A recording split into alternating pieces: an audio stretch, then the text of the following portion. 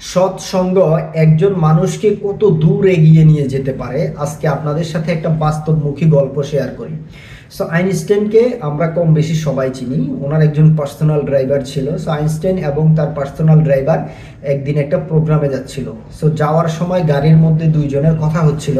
তখন ড্রাইভার বলতেছে যে স্যার, আপনি প্রতিদিন যে বক্তব্যগুলা বিভিন্ন প্রোগ্রামে দিয়ে থাকেন, এই বক্তব্যগুলো অলরেডি আমি মুখস্থ করে ফেলছি।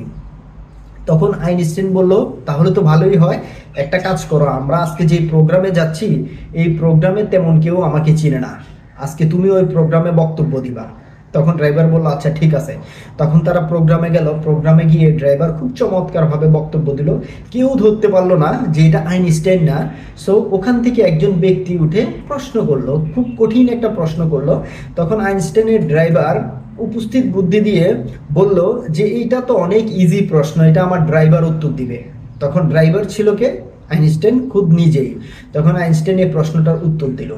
সো দেখুন, একজন বিজ্ঞানীর সাথে যদি একজন ড্রাইভার থেকে ওই বিজ্ঞানের অনেকগুলা বিষয় সে জানতে পারে, সো আপনি ব্যক্তিটা অবশ্যই, যদি আপনার আশেপাশের মানুষগুলা ভালো হয়, ভালো মানুষের সাথে আপনি চলাফেরা করেন, তাহলে ভালো মানুষের ভিতরের আচরণগুলো আস্তে আস্তে আপনার ভিতরে ডেভেলপ হতে থাকবে।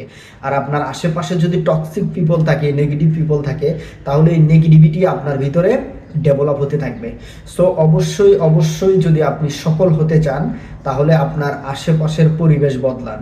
আদারওয়াইজ যদি আপনি নেগেটিভ মানুষের সাথে চলাফেরা করেন, আপনার ফিউচার হবে অনেক বেশি ভয়ঙ্কর।